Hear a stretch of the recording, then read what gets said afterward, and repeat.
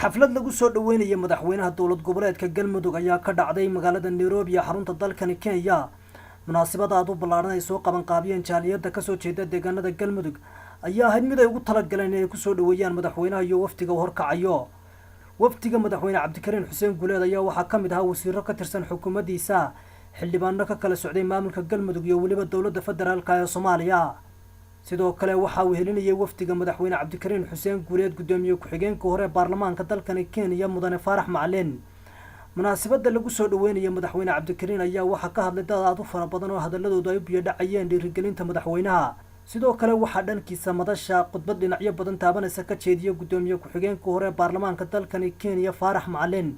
dadkii madasha ka hadlayna waxa hadaladoodii ka mid ah sida tan: madaxweyne soo dhawow wixii ammaan iyo wixii salaan iyo wixii wiiri oo dadka la qaba waxaan saleeyahay ammaantaada iyo waxaaga dadka waxaan sugaynaa wax qabadkaaga markaan arko weeye mana deeqsiin ka dhig lacag jeebka aad naga siiso, laakiin waxaadna deeqsiin ka dhaananaa adiga tiimkaagu.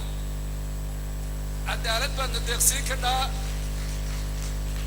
cadaalad baadna deeqsiin kartaa, horumarinta bulshada aadna deeqsiin kartaa, waxyaalaha yacni maaragtay dhanka guuda dekedaha, ayraboorada, jidadka, waxbarashada, caafimaadka yaadna deeqsiin kartaa. nin walbaba gurigiisa asagaan dhisanhayo. markaas waxaa laga rabaa inaysan madaxweyne Cabdikariin waxba ka sugin.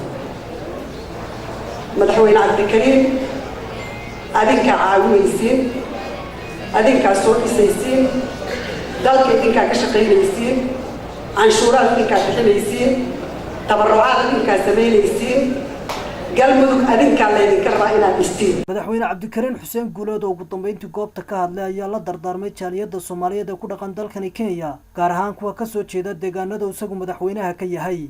kow ina horta midnimadiina la saaray naan noqotaan dad mid ah, dad walaalo ah, dad ul iyo diirkeed isku ay noqotaan. in aanan degmo iyo tuulo iyo beer aan dhexdiina lagu arag. magaciina iyo astaantiina ay noqoto Soomaalinimo, waxa idinkaga hooseeya Galmudugnimo, laakiin waxa ka sii hooseeya inaysan jirin.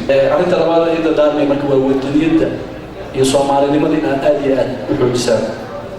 arrinta saddexaad oo idin dardaarmay waxay tahay inaad ka qayb qaadataan, waliba si firfircoon uga qayb qaadataan dib u dhiska iyo horumarinta dalka, gaar ahaan Galmudug inaad ka qayb qaadataan.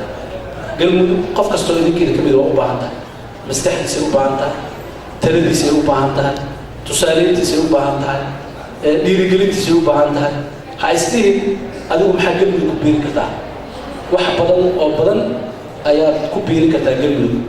wax badan aadan Galmudug ugu fadhisaa, guud ahaan dalka Soomaaliya ugu fadhisaa. kulankan ay wada yeesheen madaxweynaha dowlad goboleedka Galmudug Cabdikariin Xuseen Guuleed iyo jaaliyada ka soo jeeda deegaanadaasi Galmudug ayaa noqonaysa tii ugu horeysay noocan oo kala tan iyo markii loo doortay xafiiska madaxweynenimo. Cabdirashiid Absiye, Star TV, magaalada Nairobi.